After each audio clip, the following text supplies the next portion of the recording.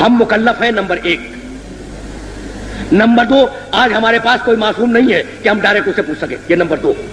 Number 3, لیکن وہ رسول بندوبست کر کے گیا ہے, خدا کی کتاب دے کے گیا, اپنی سنت دے کے گیا, اور اپنے ساتھ 13 معصوموں کی سنت دے کے گیا. نمبر 4, اب اگر ہم اس کتاب کو براہ راست سمجھ سکتے ہیں, اس کی سنت کو براہ راست سمجھ سکتے ہیں, معصومین کی سنت کو براہ راست سمجھ سکتے ہیں, تو ہم بینی و بین اللہ اسے سمجھیں اور جو حکم اس میں سے نکالے وہی ہمارے حق میں اللہ کا حکم ہوگا. تو اب وہ لوگ جو واقعاً حدیث سمجھتے ہیں, سنت سمجھتے ہیں, کتاب خدا کو سمجھتے ہیں, قرآن کی ساری تفسیروں سے آگاہ ہیں, طریقہ استنباط سے واقف ہیں, ان کا فریضہ شرعی ہے کہ وہ اس عہد میں جب معصوم سامنے موجود نہیں ہے کہ ڈائریکٹ اس میں سے نکالے اور نکالنے کے بعد اس پہ عمل کرے. تو مجتہد تو چھوٹ گیا کہ اسے کتاب دیکھی, سنت دیکھی, اور دیکھنے کے بعد رزلٹ نکالا, اور رزلٹ نکالنے کے بعد اس نے عمل کر لیا. آپ کیا کریں اور میں کیا کروں مثلا؟ بھائی اب پبلک کیا کرے, ہے نا؟ تو اب پبلک کو پھر واپس چلنا پڑے گا ان معصوموں کی بارگاہ میں کہ ان سے انڈیکیشن ملے اور ان سے ڈائریکشن ملے. تو میں یہ عرض کر رہا تھا کہ بھائی 4 ہیں نواب ارواج کہلاتے ہیں, 4. ان 4 کے آخری ہے علی ابن محمد سیمری, سن 329 ہجری میں ان کا انتقال ہوا. انہوں نے خط لکھا امام کے نام, خط کا جواب آیا, وہ ٹیکسٹ, وہ جواب آج تک بہار الانوار میں, کافی میں اور دوسری جگہوں پہ موجود ہے. پہلے تو سوالات کے جوابات دیے امام نے, اور اس کے بعد کہا کہ اے علی ابن محمد سیمری, 1 ہفتے کے اندر تم اس دنیا سے اٹھ جاؤ گے اور تمہارا انتقال ہو جائے گا, اور میں غیبت کبریٰ میں چلا جاؤں گا. فمن ادعى الرؤيا فهو كذاب مفتر. اور اب جو غیبت کبریٰ میں گیا تو کوئی شخص اگر میری رویت کا دعویٰ کرے, میرے مشاہدے کا, میری رویت یعنی میرا دیکھنا, اس کا دعویٰ کرے, ادعا کرے, یعنی نیابت کا ادعا کرے, تو وہ کذاب ہے اور جھوٹا ہے. تو اب خطوط امام کے پاس جاتے تھے, امام جواب نہیں دیا کرتے تھے. بات تو مکمل ہو گئی نا. اب میں جا رہا ہوں, یہ خطوط والا کانٹیکٹ ختم ہو گیا. تو وہ امل حوادث الواقعہ فرجعوا الی روات احادیثنا, دیکھو قیامت تک آنے والے جتنے بھی مسائل ہیں ان میں ہمارے راویان حدیث کی طرف رجوع کرنا, جو لوگ ہماری حدیثوں کی روایت کرتے ہیں ان کی طرف رجوع کرنا. یہ نہیں کہا کہ اپنی عقل سے مسئلے حل کر لینا, عقلی گدے لڑاتے رہنا اور جو الٹا سیدھا سمجھ میں آ جائے اس پہ عمل کر دینا. نہیں, ہم حدیثیں دے کے جا رہے ہیں, ہم اپنے اقوال دے کے جا رہے ہیں, ہم قرآن مجید کی تشریح دے کے جا رہے ہیں. تو قیامت امل حوادث الواقعہ, قیامت تک آنے والے جتنے بھی تمہارے مسائل ہیں تمہارے, ان سب میں کس کی طرف رجوع کرو؟ ہماری حدیثوں کی روایت کرنے والوں کی طرف رجوع کرو. تو یہ جو ہمارے یہاں ایک کیٹیگری بنی ہے جنہیں ہم مجتہدین کہتے ہیں, یہ در حقیقت معصومین کی حدیثوں کے راوی ہیں. یہ فقہ سمجھتے ہیں, اصول فقہ سمجھتے ہیں, طریقہ استنباط سے واقف ہیں, صحیح حدیث کو سمجھتے ہیں, غلط حدیث کو سمجھتے ہیں, کون سی تقیہ میں بیان کی گئی, کون سی تقیہ میں نہیں بیان کی گئی, ان ساری چیزوں کو سمجھتے ہیں. اور کرائیٹیریا وہی ہے کہ بھائی ہم مکلف ہیں, معصوم ہمارے سامنے نہیں ہے, کتاب پوری طرح واضح نہیں ہے. تو اب جو بھی رسول ہمیں دے کے گیا ہے اس سے جو ہم استنباط کریں گے اور جو ہم اخذ کریں گے, اس اخذ و استنباط کو ہم اپنے لیے حجت قرار دیں گے. تو ان کے لیے تو حجت ہو گیا. لیکن 12ویں نے غیبت کبریٰ میں جاتے جاتے پوری انسانیت کو اور اپنے پورے چاہنے والوں کو یہ حکم دیا کہ تم اگر کسی مسئلے میں پھنس جاؤ اور تمہاری اگر کوئی پرابلم ہو تو تم ہماری حدیث کے راویوں کی طرف رجوع کرو. اب اس راوی حدیث کو آپ چاہے مفتی کہہ لیں, چاہے مرجع کہہ لیں, چاہے مجتہد کہہ لیں, چاہے کچھ اور کہہ لیں. حکم امام یہ ہے کہ اگر تم کسی مسئلے میں پھنس جاؤ اور اٹک جاؤ اور تمہیں اس مسئلے کا حل نہ معلوم ہو تو اس کی طرف رجوع کرو. اور یہی حکم قرآن تھا کہ فاسألوا اہل الذکر ان کنتم لا تعلمون, اگر تم جاہل ہو تو اہل الذکر سے سوال کرو. اب میں آپ کو ایک دے دوں, عربی زبان ایک ہے لفظ طہر, قرآن میں استعمال ہوا ہے. اچھا, طہر کے عجیب معنی ہے. طہر کے معنی عورت کی زندگی میں مہینے کے اندر وہ پیریڈ جس میں عورت نجس ہوتی ہے, اسے کہتے ہیں عربی زبان میں طہر. اور مزے کی بات یہ ہے کہ اسی عربی زبان میں طہر کے معنی ہے عورت کا اس نجاست سے پاک ہو جانا.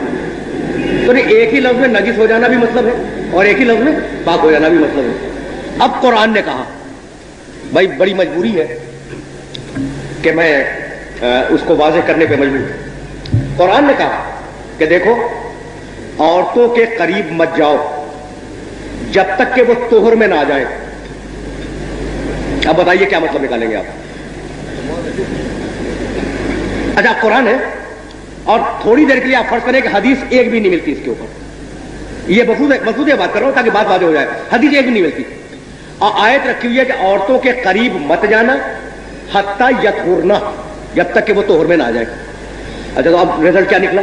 ایک تو لفظ قریب آ گیا. ایک قریب جانا پاس بیٹھ جانا، دوسرا قریب وہ جانا جو نکاح کا منشا ہے. تو قریب جانے کے معنی کیا لیں گے آپ؟ پہلا سوال یہ ہو گیا. دوسرا سوال یہ ہوگا کہ طہر کے معنی کیا لیں گے؟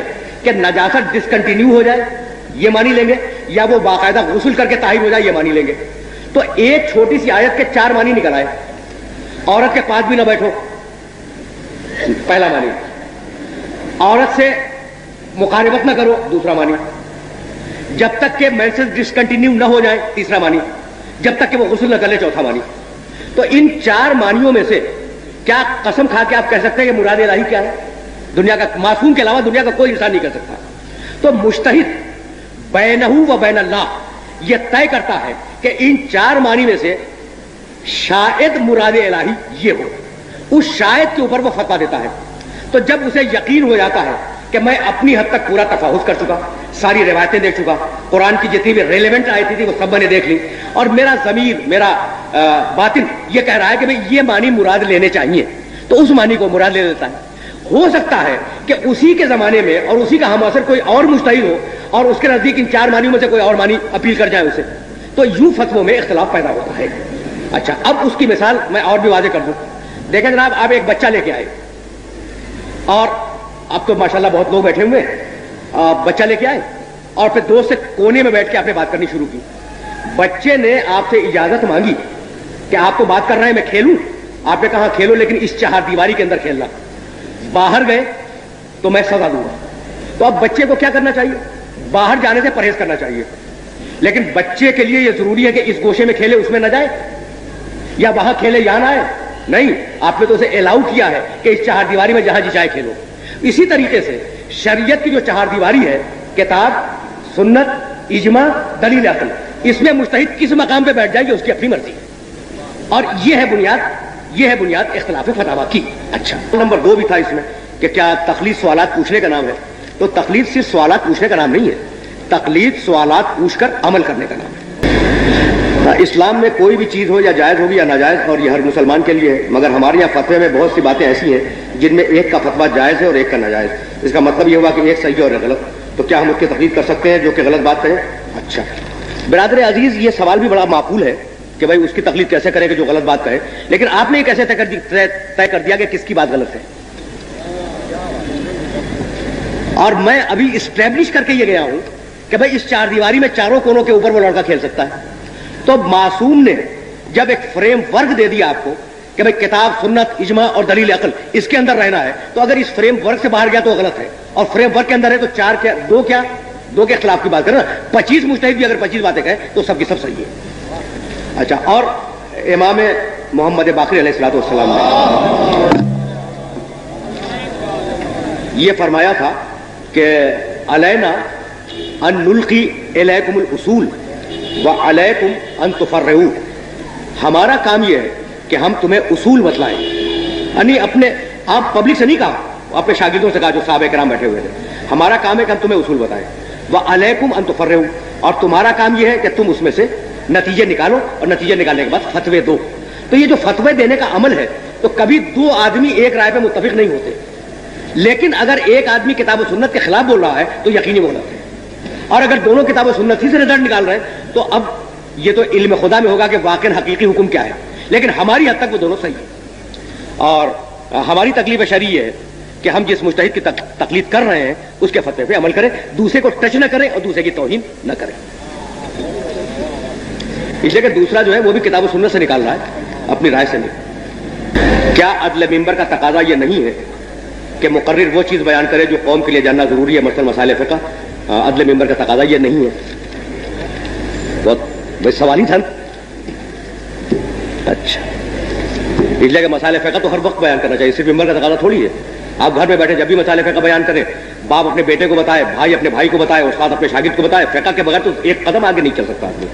تو فقط ممبر سے کیوں منحصر کرتے ہیں سر؟ زندگی کے ہر موڑ کے اوپر فقہ جانی ضروری ہے. آخر خدا نے آخری امام کو غیبت کے پردے میں چھپا کر تقلید وغیرہ کے مسئلے سے ہمیں کیوں دوچار کیا؟ آپ دیگر 11 اماموں کی طرح ہم بھی ڈائریکٹ امام کے اطاعت میں رہتے, نہ کہ مجتہد تقلید میں. بات تو بڑی معقول ہے. ہمارے یہاں ایک گروہ ہے جو تقلید وغیرہ مانتا ہی نہیں. وہ کہتے ہیں کہ قرآن خود پڑھو, خود سمجھو اور عمل کرو. ان کے بارے میں کیا حکم ہے؟ کیا اردو میں کوئی ایسی جامع کتاب ہے جو مجتہد کے فتویٰ کے اختلافات اور دیگر باتوں کے بارے میں تفصیل سے آگاہ کر سکے؟ نام بتا دیجیے. تو برادر عزیز, اردو میں تو کوئی جامع کتاب خود فقہ پہ نہیں ہے, تو فتوے کے اختلافات پہ کیا ہوگی؟ یہ ہماری بدقسمتی ہے کہ ہماری زبان میں ایسی کوئی کتاب نہیں ہے. اور اختلاف فتاویٰ بڑے اونچے درجے کی کتابوں میں ہے, جیسے جواہر الکلام ہے, ہدایت الناظرہ ہے, جو ہماری فقہ کی 40 و 50 جلدوں کی کتابیں ہیں, یہ ان کے اندر ہے. تو اردو میں ایسی کوئی کتاب موجود نہیں ہے. دوسرا سوال یہ ہے کہ ہمارے یہاں ایک گروہ ہے جو تقلید وغیرہ کو مانتا ہی نہیں. وہ کہتے ہیں کہ قرآن خود پڑھو, قرآن خود سمجھو اور عمل کرو. کیا کہنا ہے ابھی؟ قرآن واقعی خود پڑھنا چاہیے, خود سمجھنا چاہیے, عمل بھی کرنا چاہیے. لیکن جیسا کہ میں کہہ رہا تھا آپ سے کہ بھائی کتے کی نجاست کہاں سے معلوم کرے قرآن میں؟ اور جب نجاست نہیں ملی تو گلے لگا کے بیٹھ جائیے. تو آپ مجبور ہیں کہ قرآن کو اس کے صحیح مفسر سے لیں, اور قرآن کے صحیح مفسر تک اگر آپ کی ڈائریکٹ رسائی ہو گئی, یعنی آپ راوی حدیث ہو گئے, تو آپ خود مجتہد ہو گئے. تو مجتہد سے تقلید حرام ہے. اور اگر نہیں ہوئے تو آپ مجبور ہیں اسے سوال کرنے پر. سوال کر لیا تو آپ مقلد ہو گئے. تو تیسری کوئی قسم نہیں ہے, تیسری کوئی قسم نہیں ہے.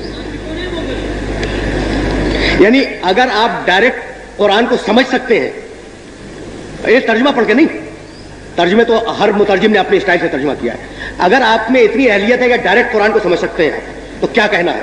جب قرآن کو سمجھتے ہیں تو آپ حدیث کو سمجھیں گے, آپ ہو گئے مجتہد, تو آپ پر سے تقلید حرام ہو گئی. لیکن اگر نہیں ہے اتنی صلاحیت, تو پھر مناسب نہیں ہے کہ آپ ترجموں کے اوپر عمل کریں. اگر آپ نے کسی ترجمے پہ عمل کر لیا تو آپ اس مترجم کے مقلد ہو گئے, تو تقلید کے خلاف تو بات پھر بھی نہیں گئی.